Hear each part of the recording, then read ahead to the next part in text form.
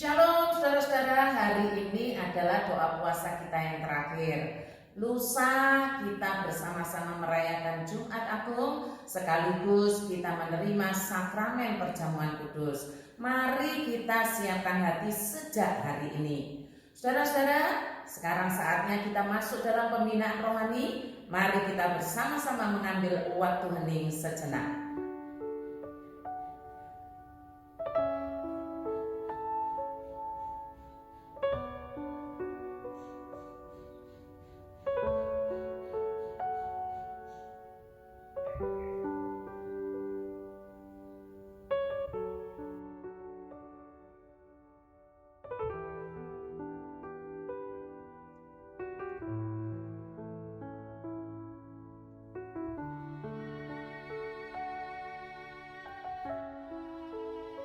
Pembinaan rohani dalam rangka Prapaskah Minggu ke-6 pada hari ini dibuka dengan pengakuan pertolongan kita adalah di dalam nama Tuhan yang menjadikan langit dan bumi. Kasih karunia dan damai sejahtera dari Allah Bapa kita dan dari Tuhan Yesus Kristus menyertai kita sekalian. Amin. Dengarkanlah Allah memanggil kita dengan panggilan demikian. Mazmur 68 ayat 34 sampai 36. Perhatikanlah, ia memperdengarkan suaranya yang dahsyat. Akuilah kekuasaan Allah, kemegahannya ada di atas Israel, kekuasaannya di dalam awan-awan. Allah adalah dahsyat dari dalam tempat kudusnya, Allah Israel. Dan dia mengaruniakan kekuasaan dan kekuatan kepada umatnya. Terpujilah Allah. Mari saudara kita naikkan pujian bersama-sama, pimpin ke Kalvari.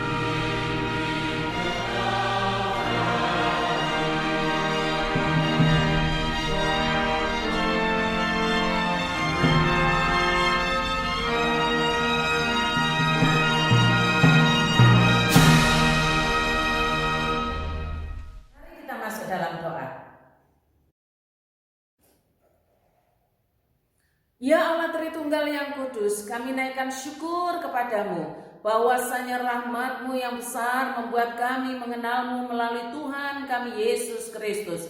Sehingga apa yang kami percaya dan bagaimana seharusnya kami menyatakan kepercayaan itu, kami memahami dan menerimanya melalui Tuhan kami Yesus Kristus. Sekarang ya Tuhan, tambahkan rahmat dan anugerah-Mu bagi kami, bagi gereja-Mu, agar bertambah juga bilangan orang-orang yang benar-benar mempercayai-Mu dengan segenap hati, yang menampakkan percayanya itu dalam sikap dan perbuatan yang nyata. Mohon kiranya Tuhan mengampuni kami, sebab seringkali kami mengabaikan firman-Mu dengan membangun kompromi-kompromi yang salah. Mohon Tuhan melimpahkan belas kasihan kepada kami, sebab kami ini mudah sekali mencari tempat aman bagi diri kami sendiri dan membiarkan orang lain jatuh tersesat karena kami. Ampunilah ya Tuhan.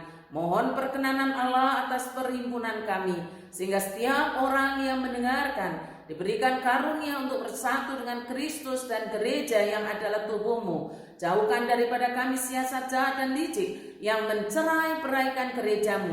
Oh Tuhan, tolonglah, karuniakanlah hati seorang murid yang mengikut Tuhan dengan setia dan hidup dalam perkataan-perkataan Tuhan yang mengutamakan kepentingan Kristus. Di dalam nama penebus kami yang hidup dan bangkit kami berdoa. Amin. Sekali lagi saudara, mari kita naikkan pujian kepada Allah. Sabda Tuhan, aku serta.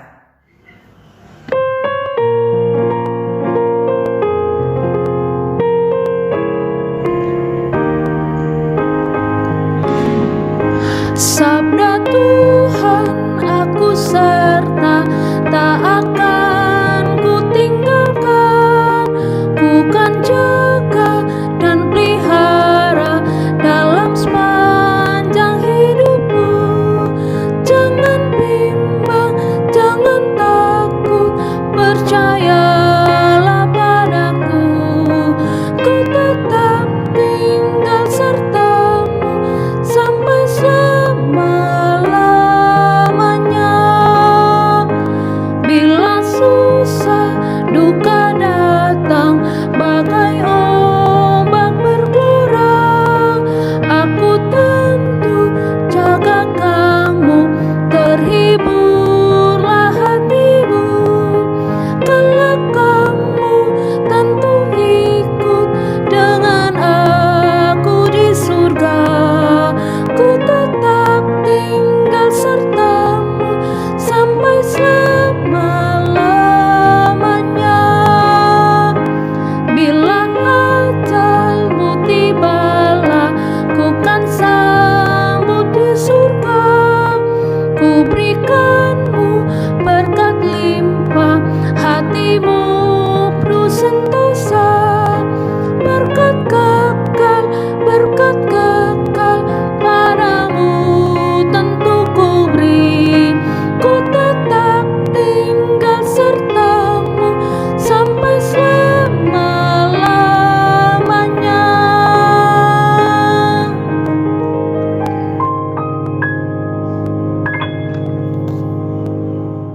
Saudara-saudara, saya ingin memulai dengan pengalaman sehari-hari saya begini.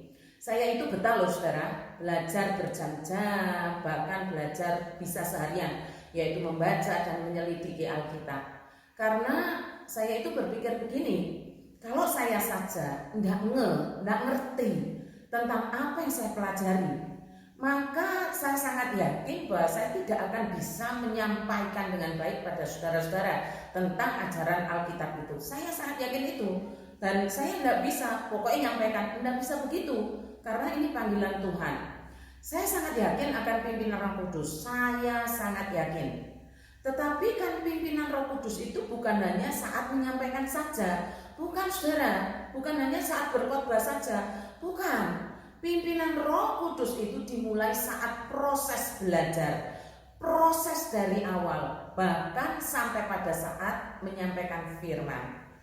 Saya sangat memperhatikan firman ini saudara dalam keseharian saya di dalam menjalani panggilan Allah dalam Kisah Para Rasul 6 ayat 4, di mana para rasul itu mengangkat para diaken diakonos untuk mengerjakan pelayanan meja, lalu dituliskan begini, dan supaya kami sendiri, yaitu hamba-hamba Tuhan yang mengajar, yang berkhotbah, yang memberitakan Injil, dan supaya kami sendiri dapat memusatkan pikiran dalam doa dan pelayanan firman. Ini nancep banget di dalam diri saya. Kami di sini yang dikatakan tadi itu adalah hamba Tuhan, para rasul yang memberitakan firman. Dalam terjemahan lain dikatakan begini, saudara, dengan demikian kami dapat mencurahkan waktu kami untuk berdoa, berkhotbah, dan mengajar. Nah, saudara, yang ingin saya sampaikan itu begini, jika pada hari-hari sebelumnya saya dapat produktif itu artinya menghasilkan apa yang saya pelajari dalam belajar, dalam mempersiapkan firman, karena memang waktunya ada dan saya ada-adakan untuk itu dan saya khususkan untuk itu. Sekarang beda, saudara, beda sekali, sebab saya harus mengasuh bayi dari pagi sampai sore hari dan tidak bisa saya mengalihkan hal itu karena juga saling membantu. Setelah saya mengasuh bayi ini, jarang sekali, saudara, bahkan sangat jarang saya bisa duduk dengan tenang untuk belajar. Sangat jarang.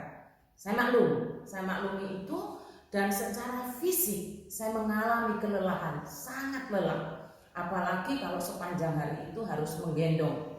Belum lagi pekerjaan rumah tangga sehari-hari. Saya tidak sedang mengeluh ya, saudara, saat ini, tapi saya mau menceritakan keadaan saya. Belum lagi saya juga harus mendengarkan sharing keluhan cerita jemaat yang berjam-jam, yang membutuhkan konsentrasi di dalam mendengar, dan saya harus memberitahukan firman, jalan keluar yang sesuai dengan firman, yang saya nggak boleh menolak dan saya tidak bisa menolak untuk itu. Sekalipun juga mungkin dari sisa waktu itu ada juga bukan jemaat yang membutuhkan pelayanan saya. Saya tidak bisa menolak, tapi yang saya bisa lakukan adalah mengatur waktu.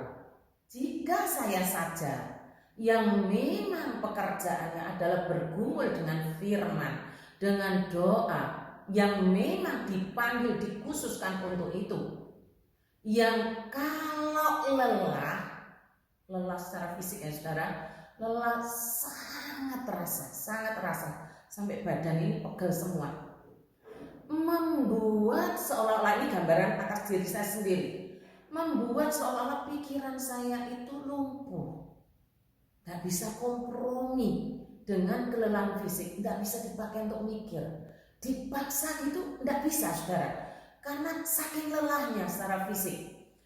Maka saya tidak bisa memikirkan, menggali firman dengan baik, kalah dengan kelelahan fisik itu saya, saudara. Lalu saya membayangkan saudara-saudara anggota jemaat yang masih produktif, satu persatu seperti tayang di depan muka saya, di depan wajah saya, satu persatu. Sambil saya buka-buka buku, lah ini saudara, data jemaat yang selalu saya update, moga-moga tidak ada yang kelewat. Saya perhatikan satu persatu, baik yang masih setia, masih beribadah, masih melayani, maupun yang sudah lama tidak ada kabar beritanya. Saya perhatikan, saya doakan. Yang saudara masih aktif, masih produktif, yang bekerja untuk menunjang hidup sehari-hari, yang menjadi karyawan berangkat pagi, pulang sore, bahkan pulang petang, belum lagi lembur, belum lagi pekerjaan rumah tangga yang lainnya, mengasuh anak, mendidik anak, apalagi para istri, kaum perempuan yang sudah berkeluarga, masih melayani suaminya, mana lagi ngurus anak-anaknya, apalagi ada anggota keluarga yang sakit, suami sakit, masih harus dirawat. Saya bayangkan betapa lelahnya, betapa capeknya setiap hari seperti itu. Belum lagi persoalan-persoalan yang saudara hadapi. Saya membayangkan jemaat-jemaat Tuhan terus hidup dalam putaran waktu yang tidak ada hentinya. Saya merenung begini saudara, apakah saudara masih bisa menyisihkan waktu untuk memikirkan firman yang saudara dengar? Setelah didengar, dipikirkan, diresapi, apakah masih punya waktu? Bukan hanya sekedar dengar lewat, oh ya sudah, bukan saudara. Dipikirkan, dipertimbangkan, itu namanya direnungkan. Apakah saudara masih punya waktu untuk itu? Sambil memikirkan dan mendapatkan firman itu, sampai firman itu berbicara secara pribadi kepada saudara.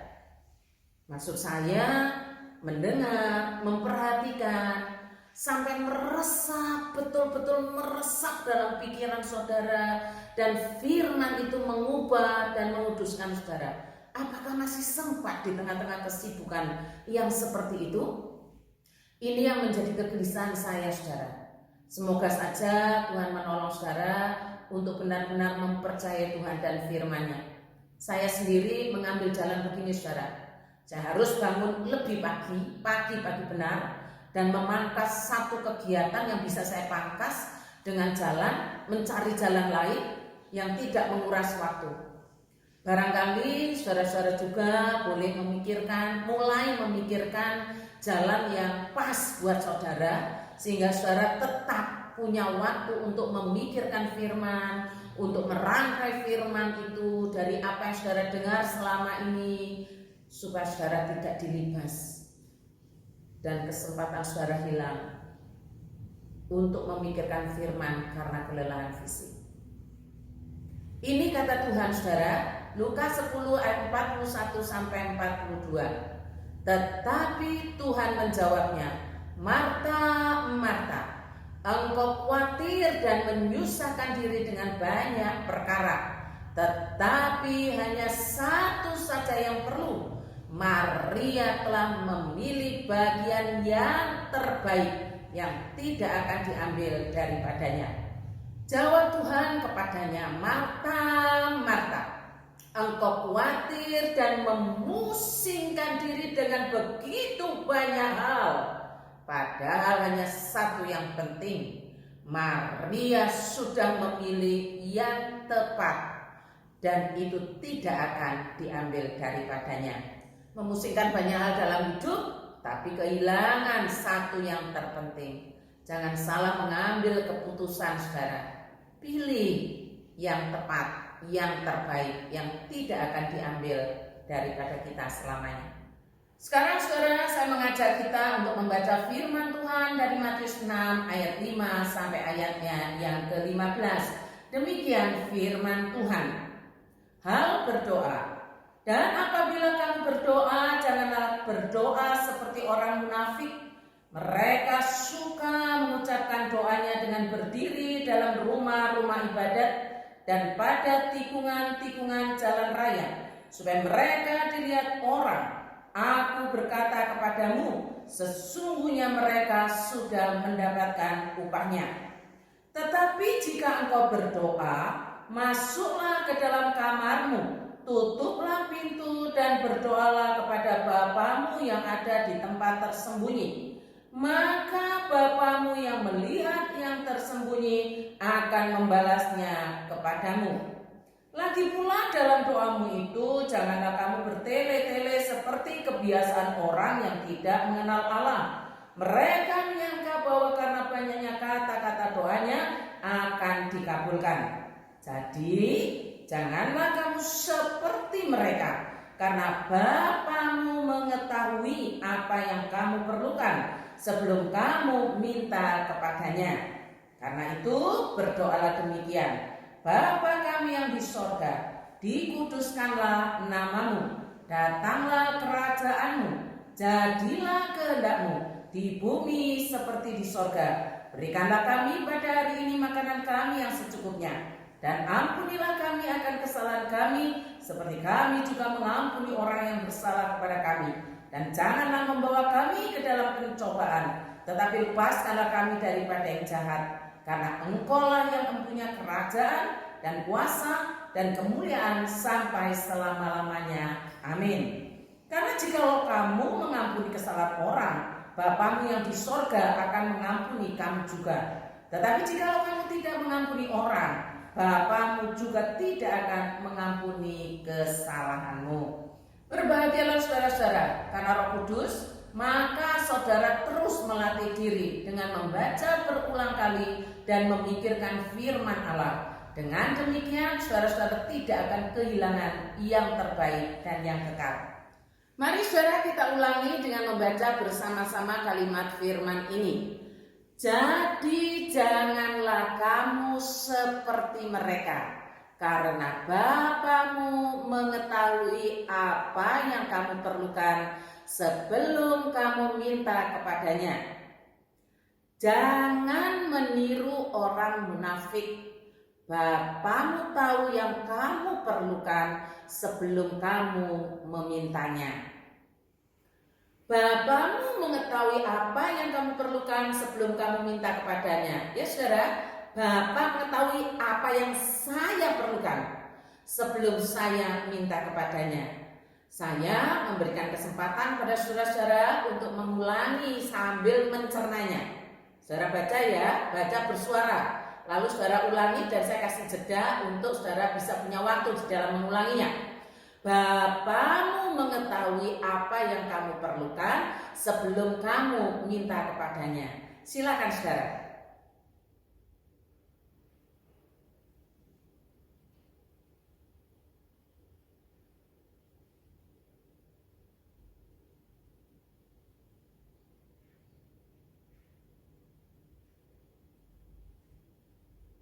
Saudara-saudara, dari firman Tuhan Yesus ini kita mau belajar 3. Yang pertama, mengapa Tuhan mengatakan Bapamu mengetahui apa yang kamu perlukan sebelum kamu minta kepadanya itu.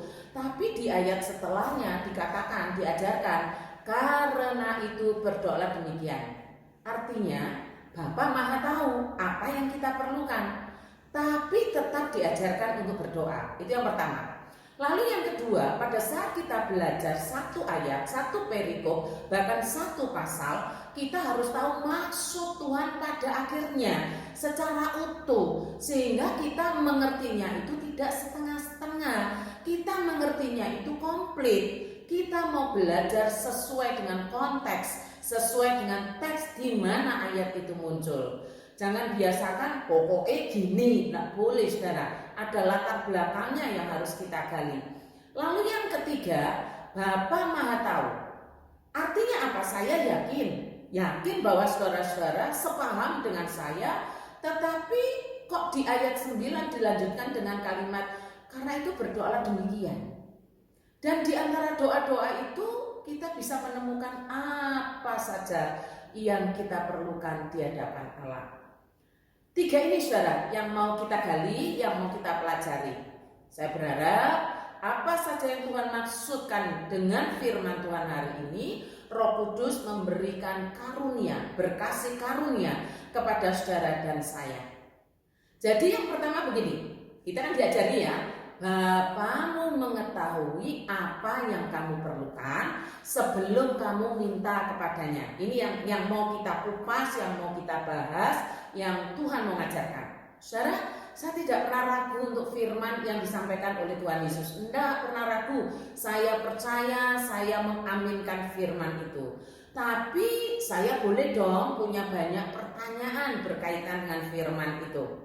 Bapamu mengetahui apa yang kamu perlukan sebelum kamu minta kepadanya. Ada hubungan yang jelas antara saya dan Bapa yang disebut Bapamu tadi. Makanya dikatakan Bapamu mengetahui. Memang saudara tidak ada gambaran yang ideal yang bisa menggambarkan kemahatauan Bapa ini. Kemahatauan itu kan hanya sifatnya Allah saja. Tidak ada yang bisa digambarkan pada sifat manusia. Manusia tidak ada yang maha tahu, itu tidak ada saudara. Kecuali manusia yang menempatkan diri jadi Allah. Manusia tidak ada yang maha tahu. Manusia itu terbatas. Namun saudara, saya mencoba menggambarkan hubungan itu antara orang tua dengan anaknya. Gambaran ini saya dapatkan dari Alkitab.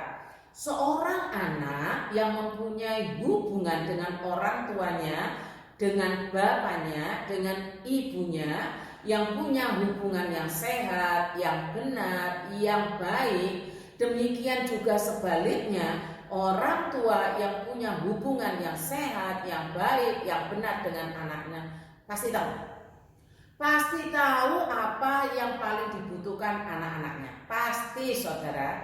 Walau bisa saja beda pandangan. Apa yang dibutuhkan menurut kita, apa yang dibutuhkan anak, belum tentu anak mengakui bahwa itu yang dia butuhkan. Belum tentu. Ada beda. Tetapi untuk mengerti gambaran, Bapakmu mengetahui, saya menggunakan gambaran itu tadi. Bisa jadi apa yang diketahui Bapak, kok enggak ya, saya enggak butuhkan. Bisa jadi kita begitu, bisa jadi. Tapi pada akhirnya kita akan mengakui bahwa itu yang kita butuhkan. Berangkat dari gambaran itu, saya mengambil sikap begini, saudara. Sebelumnya saya membuat daftar keperluan saya, saudara. Seperti ya anggap aja daftar itu seperti roll tissue yang panjang. Saya buka, demikian dari gulungan itu ada banyak, ada panjang. Namanya juga gulungan tisu.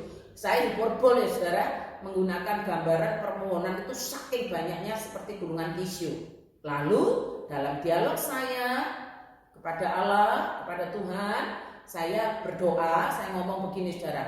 Tuhan, ini daftar yang saya perlukan. Sambil saya baca, saya butuh A, saya butuh B, saya butuh C, saya butuh D, dan seterusnya. Saya baca begitu. Terus apakah yang saya pikirkan bahwa ini yang saya perlukan, itu cocok, itu sama dengan yang Tuhan maksudkan. Seperti yang dikatakan firman Tuhan, Bapakmu mengetahui apa yang kamu perlukan sebelum kamu meminta kepadanya. Apakah cocok seperti itu? Saya memang tidak berharap, saudara, tiba-tiba muncul suara menjawab pertanyaan saya. Enggak, saya sangat tidak berharap, dan saya pastikan kalau suara itu muncul, tiba-tiba suara itu ada, itu bukan suaranya Tuhan, bukan. Tapi suara makhluk lain, roh lain. Dasarnya adalah apa yang dikatakan Ibrani 1 ayat 1 dan 2. Jadi saya benar-benar tidak berharap adanya jawaban lisan begitu. Tidak berharap sama sekali. Tuhan sudah memberikan firman-Nya, Roh Kudus sudah mengaruniakan hikmat-Nya, itu sudah cukup, lebih dari cukup dan sangat cukup. Karena itu saya ingin mantap dalam mengerti ayat ini, sekaligus membawa saudara pada kemantapan yang sama. Jadi saya berpikir begini, hari ini saya akan berdoa dengan membacakan apa yang saya tuliskan tadi. Saya butuh A Tuhan, saya perlu B, saya perlu C, saya perlu D, begitu saudara. Besoknya saya berdoa, bacakan lagi yang saya perlukan. Besoknya begitu, lusanya juga begitu, terus begitu berulang-ulang dengan cara yang sama. Maksud saya lakukan sampai ada jawaban Tuhan. Pertanyaannya adalah, apakah cara yang saya tempuh itu benar? Benar di hadapan Tuhan maksudnya. Apakah cara saya ini berkenan kepada Tuhan? Ternyata jawabannya tidak, saudara. Tidak berkenan sama sekali. Dari mana saya tahu kalau itu tidak berkenan kepada Allah? Dari firman Tuhan yang berkata demikian, jadi janganlah kamu seperti mereka, karena Bapakmu mengetahui apa yang kamu perlukan sebelum kamu minta kepadanya. Jangan seperti mereka. Mereka ini siapa? Saya mengajak kita untuk memperhatikan terjemahan-terjemahan saja. Ada dua yang dimaksud dengan mereka. Yang pertama di sini adalah mereka ini orang munafik. Jangan niru orang munafik. Kalau di letterlexkan itu begitu. Jangan niru orang munafik. Bapakmu tahu yang kamu perlukan sebelum kamu meminta kepadanya. Cara orang munafik berdoa itu kan diulang-ulang. Karena menganggap Allah perlu diingatkan, Allah perlu diberitahu, Allah perlu didorong-dorong untuk memperhatikan kebutuhan kita.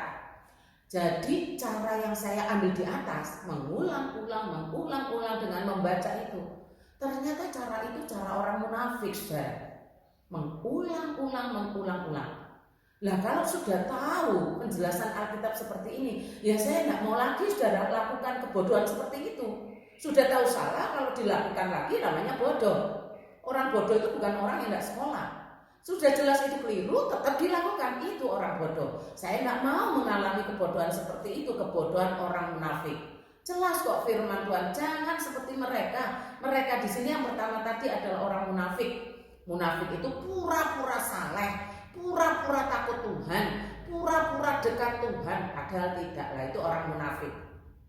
Arti selanjutnya yang kedua, jangan seperti mereka, adalah orang kafir. Nah, hati-hati di dalam menerjemahkan orang kafir di sini ya saudara. Konteksnya zaman itu adalah menyembah berhala, menyembah patung. Bukan kafir beda agama, bukan saudara. Kafir menurut terjemahan Alkitab itu beda dengan kafir yang di luar sana. Kafir tidak mengenal Allah yang ada di dalam Alkitab. Jadi tidak menyembah Allah yang dijelaskan Alkitab. Bukan tidak beragama, bukan saudara. Yang diterjemahkan begini, janganlah berulang-ulang mengucapkan doa yang sama seperti yang dilakukan orang kafir yang mengira bahwa doa dijawab hanya apabila diucapkan berulang-ulang. Ingatlah, Bapa kalian tahu benar apa yang kalian perlukan sebelum kalian minta kepadanya. Jadi ada dua macam cara berdoa yang tidak boleh ditiru, apalagi dijadikan patron doa. Larangan ini jelas dicatat ayat yang kelima. Pada ayat yang kelima, janganlah berdoa seperti orang munafik. Berdoa, tapi tujuannya bukan kepada Allah. Pura-pura saja, gak serius berdoanya kepada Allah. Itu orang munafik. Lalu ayat yang ketujuh, janganlah kamu bertele-tele seperti kebiasaan orang yang tidak mengenal Allah. Nah, orang yang tidak mengenal Allah ini yang disebut dengan orang kafir tadi. Zaman itu menyembah patung, menyembah berhala, tidak menyembah Allah yang hidup. Tegas saudara, Tuhan Yesus melarang, jangan meniru mereka. Peniruan cara berdoa selalu terhubung dengan siapa, kepada siapa orang itu berdoa. Tuhan Yesus mengajarkan, jadi janganlah kamu ini miliknya seperti mereka, karena Allahnya beda. Allah kita adalah Bapa yang Maha Tahu. Sampai ditegaskan, karena Bapamu mengetahui apa yang kamu perlukan sebelum kamu minta kepadanya. Lalu yang kedua saudara, bisa jadi kita sedang dalam keadaan sangat mendesak sekali. Bahkan saking terdesaknya itu kita panik, gak tahu harus berdoa bagaimana. Saya menjumpai jemaat yang mengalami kebingungan di dalam berdoa karena persoalan yang sedang dihadapinya. Seorang anggota jemaat ngomong begini, orang itu ngomong begini ke saya, saya harus ngomong apa sama Tuhan? Saya harus berdoa apa sama Bapa di sorga? Supaya saya tahu gitu loh, bahwa ada jalan keluar dari kebutuhan saya yang sangat mendesak ini. Saya nggak paham kalau khotbah yang panjang-panjang, jangan khotbahi saya wis. Saya maunya itu, lo saya kasih contoh, tuliskan, WA-kan, nanti saya baca waktu berdoa. Gitu aja nggak usah khotbah. Saudara, saya hanya mendam rasa dalam hati, gimana caranya ngajar orang ini? Apakah saudara pernah mengalami hal ini? Gak mau khotbah wis, panjang-panjang, mumet. Sudah banyak persoalan, kasih contoh aja, nanti langsung saya tirukan. Pernah begitu saudara? Minta contoh doa, kalau perlu dicatatkan, nanti saudara tinggal membaca waktu berdoa. Semoga tidak ada ya, semoga saja tidak ada. Cukup pengalaman yang saya jumpai. Begini saudara, seumpama kita lakukan seperti contoh yang saya ceritakan di atas, hanya minta contoh doa. Tidak mau dikhotbahin, tidak mau diajar, apalagi khotbah panjang mumet wis. Tujuannya agar saudara segera menemukan jalan keluar, agar saudara lega. Maka sebenarnya hal itu sebuah kesalahan yang besar. Dan kalau saudara dan saya lakukan itu, berarti saya dan saudara tidak mengenal Allah kita, tidak mengenal Bapa kita, walaupun sudah Kristen, baptisnya puluhan tahun, tapi tidak kenal Allah. Kalau saudara tidak mengenal Allah yang adalah Bapa, bagaimana mungkin saudara bisa berdoa? Tidak mungkin saudara nggak kenal kok. Bagaimana saudara bisa berdoa kepada Allah yang saudara tidak kenal? Pertanyaannya lagi, kok bisa tidak mengenal Allah? Iya saudara, seseorang tidak mengenal Allahnya dapat diketahui dengan cara orang itu berdoa. Salah satunya dengan cara orang itu bersikap kepada Allah, dengan cara apa yang dia pikirkan tentang Allah itu sendiri. Orang itu tidak kenal Allahnya. Dan dengan hanya minta contoh doa, nggak mau diajar, nggak mau dengar khotbah, kan itu dapat diumpamakan seperti seseorang yang mengajukan proposal lisan kepada Allah. Pernah saudara ya dengar ya, orang mengajukan proposal minta dana, minta bantuan, kan seperti itu. Seperti orang yang mau minta sumbangan. Ya oke lah, mungkin saudara enggak ya, saya enggak seperti itu. Oke, bukan minta sumbangan, bukan mengajukan proposal. Tapi kan menjadikan cuma mau contoh doa itu kan seperti mantra. Seolah-olah kalau dikasih contoh doa, Allah pasti mengabulkan, Allah pasti menjawab, Allah langsung mencairkan apa yang saudara butuhkan. Nah itu kan keliru. Ini kan ngakunya Kristen, tapi ternyata tidak mengenal Allah. Itu loh orang munafik saudara. Pura-pura kenal, tapi tidak kenal. Tuhan Yesus mengajarkan hal berdoa itu bukan cuma supaya kita berdoa saja. Dipegang ya saudara. Bukan cuma itu. Tetapi Tuhan Yesus mengajarkan bahwa kita sekarang ini berada dalam komunitas kerajaan Allah yang rajanya adalah Tuhan Yesus sendiri. Kita berada dalam komunitas itu, komunitas kerajaan Allah yang masih ada di bumi ini. Sehingga cara-cara hidup dan cara-cara kita berdoa ya aturan yang sesuai dengan aturan dan cara-cara kerajaan Allah. Bagaimana cara kerajaan Allah itu diajarkan oleh Tuhan Yesus dalam pasal 6 ini. Begini saudara, saya kasih contoh ya, saya kasih contoh 2 saja mengenai persoalan hidup sehari-hari. Saya lebih suka membaca sebenarnya saudara, membaca berita, apapun itu membaca dulu, baru mendengar. Saya tidak anti mendengar, baca dulu baru mendengar. Entah itu dari Google, lalu mendengar dari YouTube, saya selalu membiasakan untuk membaca dulu. Saya pasti baca dulu baru kemudian dengar, itu yang saya lakukan. Nah saudara, akhir-akhir ini dengan semua harus online, pajak ya online, pasar ya online, sekolah ya online. Saya saja belanja untuk masak sehari-hari, bayarnya juga online. Dan saya nggak perlu ketemu dengan ibu penjual itu saudara. Tahu-tahu sudah dicantolkan di gerbang, di pagar rumah saya, dan saya tidak perlu ketemu, semuanya serba online. Banyak kemudahan memang yang dapat dilakukan secara online, tetapi juga banyak persoalan yang timbul karena online itu juga. Saya membaca di kolom surat pembaca, berkali-kali saya baca dan saya menemukan hari ini, besok, lusa, saya menemukan itu soal pinjol saudara. Ngeri sekali saudara.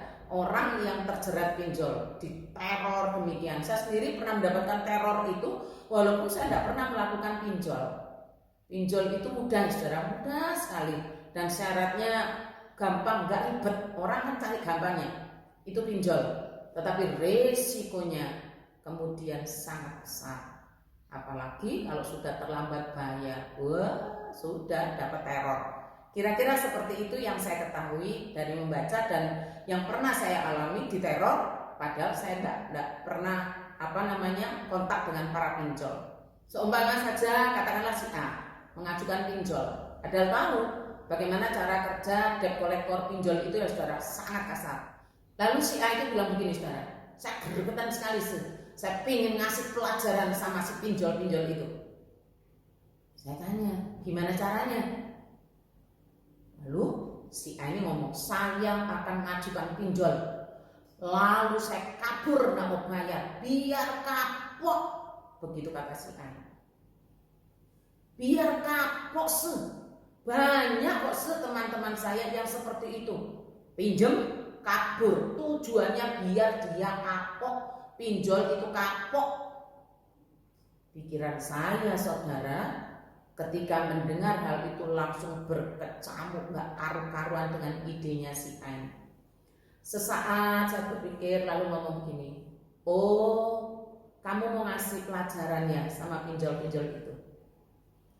Terus Uangnya kalau sudah cair masuk rekeningmu, kamu kemanakan uang itu? Saya tanya begitu, saudara. Dia diam, lalu sejenak menjawab begini, ya saya ambil, saya pakai, saya butuh soalnya. Saya langsung sedikit membelalakan mata, padahal mata saya sudah lebar. Oh, kamu butuh uang itu ya. Tapi kamu berdalih mengasih pelajaran sama pinjol-pinjol itu. Dia menundukkan kepala, lalu menjabiri, iya sese, begitu. Lalu saya bilang begini, kamu kan percaya Tuhan Yesus Kristus ya.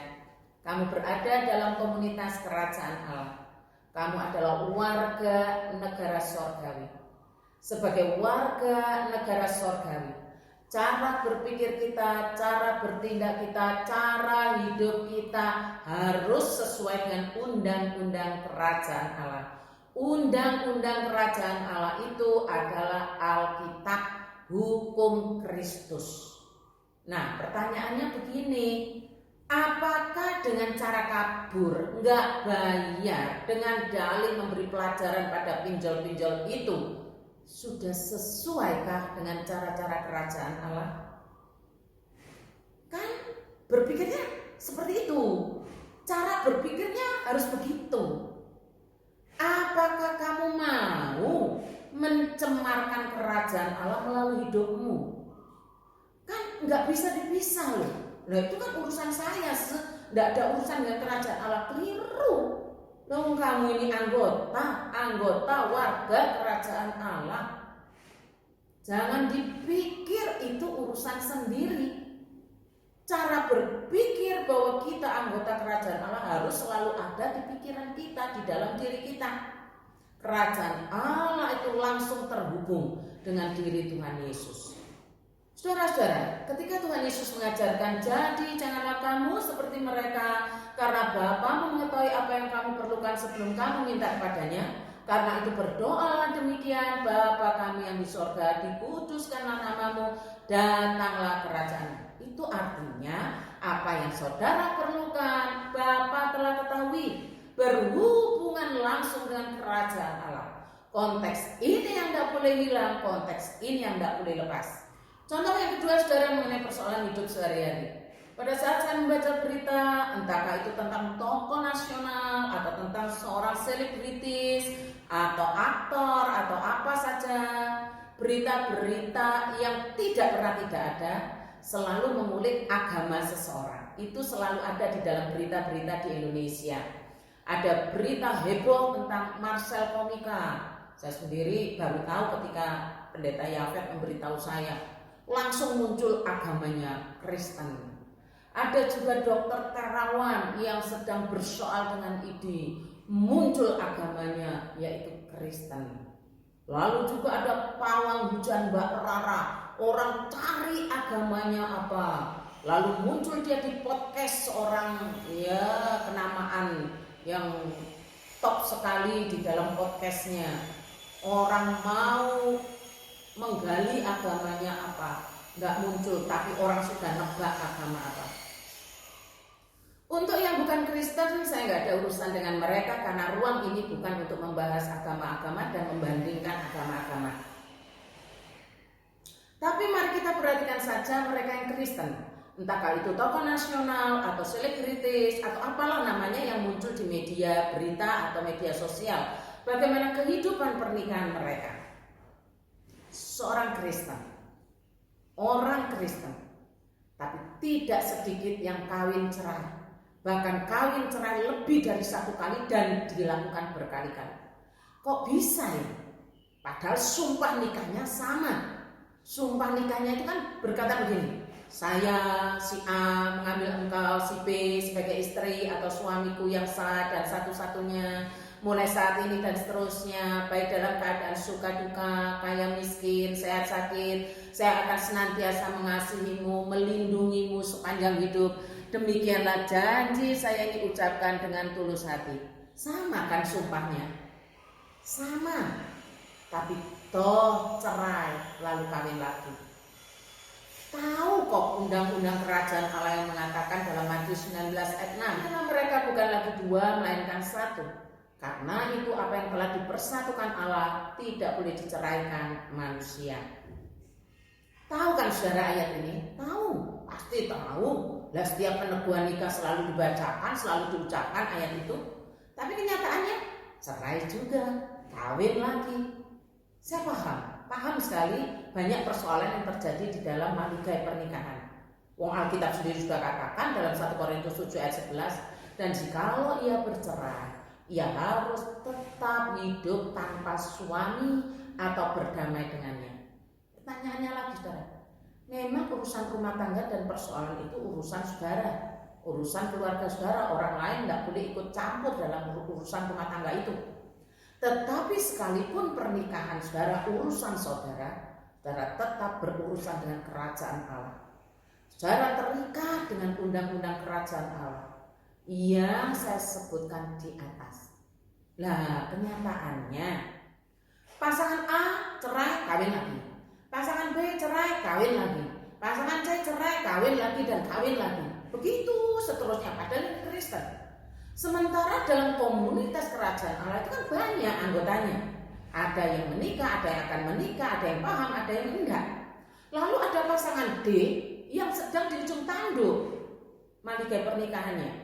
Lalu pasangan D ini melihat, oh si A Kristen itu boleh ya cerai lalu kawin.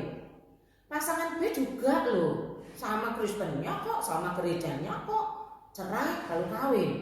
C apalagi, malah kawinnya sudah 3 kali. Berarti boleh ya. Nah ini saudara, ini harus hati-hati. Karena apa? Akhirnya D ini menyimpulkan begini, oh ternyata kalaupun Kristen boleh ya cerai lalu kawin lagi. Banyak loh yang lakukan. Yang jadi contoh itu orang, bukan lagi mengacu pada hukum Kristus, bukan lagi pada firman Tuhan, undang-undang kerajaan Allah. Nah ini persoalannya. Apalagi saudara, kalau si D ini pasangan muda yang sudah menyimpulkan salah berdasarkan pengalaman orang, lalu ada yang ngompori juga. Ya bolehlah, lalu kamu masih muda, contohnya banyak kok, masih Kristen, ya cerai kawin lagi, mosok popo tak? Nah mulai bingung. Tanpa saudara sadari, saya, saudara mewariskan cara hidup yang tidak mengenal Allah. Tidak ada bedanya dengan mereka yang tidak mengenal Allah melalui Tuhan Yesus. Tidak ada bedanya, walaupun ngaku Kristen. Saudara-saudara, ini yang Tuhan ajarkan, jangan meniru mereka. Orang yang tidak mengenal Allah maksudnya. Kalau Tuhan sudah bilang jangan meniru mereka, tapi saudara dan saya lakukan itu kan namanya pemberontakan terhadap kerajaan Allah. Saya berharap janganlah kita seperti itu. Walaupun di satu sisi mungkin jalan yang ditawarkan orang yang tidak mengenal Allah ini menguntungkan, menyenangkan perasaan kita, tapi sebenarnya mencemarkan kerajaan Allah. Ayo kita tahu ajaran Tuhan tentang hal itu, kita taruh dalam hati kita supaya kita berpikirnya benar, bertindaknya juga benar. Kesalahan dalam berpikir membuat tindakan kita akhirnya ngawur karena mencari keuntungan diri sendiri. Yang terakhir saudara, Tuhan Yesus mengajarkan, Bapamu mengetahui apa yang kamu perlukan sebelum kamu minta kepadanya.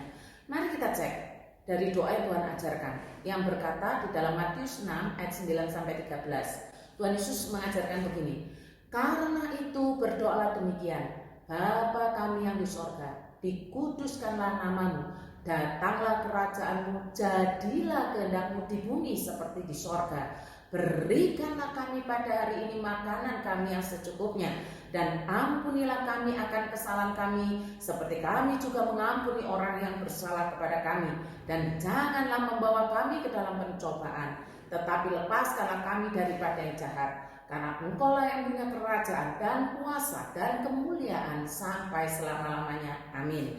Itu doa yang diajarkan Tuhan Yesus. Sekarang saudara yang terjerat pinjol, mana jawaban Tuhan dari doa yang Tuhan ajarkan? Atau saudara yang sedang dalam bermasalah dalam pernikahan saudara, perkawinan saudara, mana jawaban Tuhan melalui doa yang Tuhan ajarkan?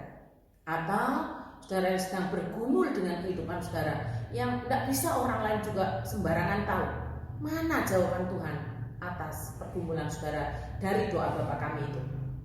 Sebenarnya begini saudara, di dalam doa Bapa kami itu sebenarnya kebutuhan saudara, kebutuhan saya yang paling utama, kebutuhan saya tentang kebutuhan kekal di mata Allah, yang mungkin saja saat ini saudara tidak merasa memerlukan, tapi sebenarnya tetap saudara perlukan, entah waktunya sekarang atau yang akan datang. Hanya saudara tidak tahu kalau saudara dan saya memerlukan itu, tapi Tuhan sudah sediakan.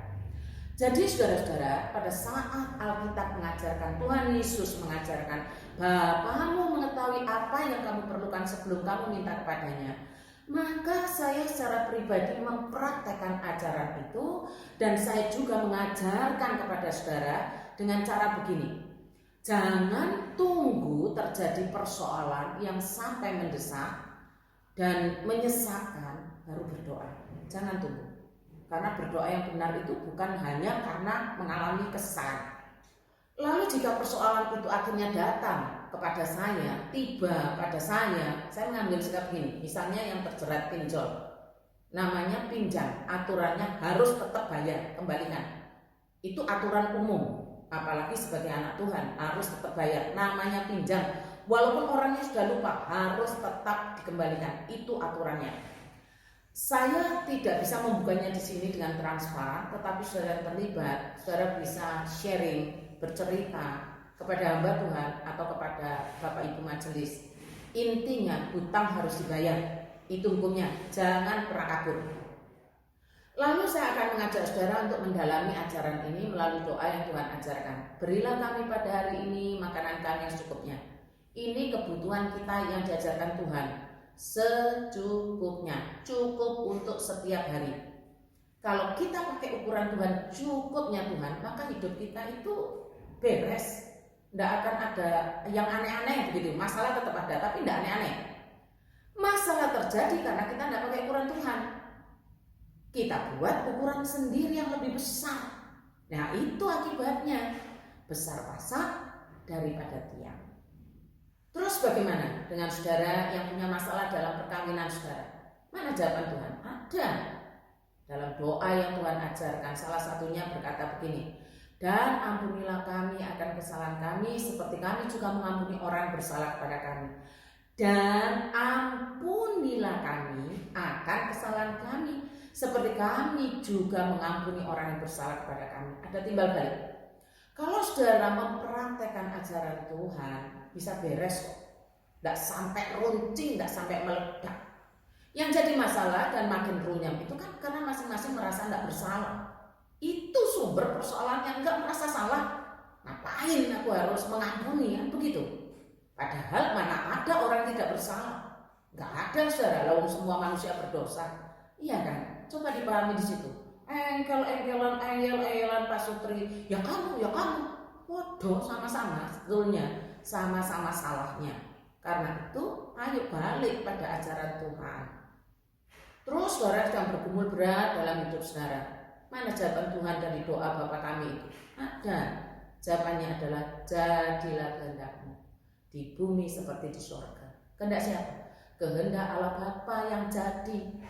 Masalah kita di mana? Masalahnya kita mau supaya kehendak kita yang dituruti. Nah, itu masalah besar. Ini soal kenal Allah, kenal Bapa atau tidak. Kita selalu tidak siap untuk menyambut kehendak Allah yang bisa saja tidak sesuai dengan ekspektasi kita, tidak sesuai dengan kehendak kita.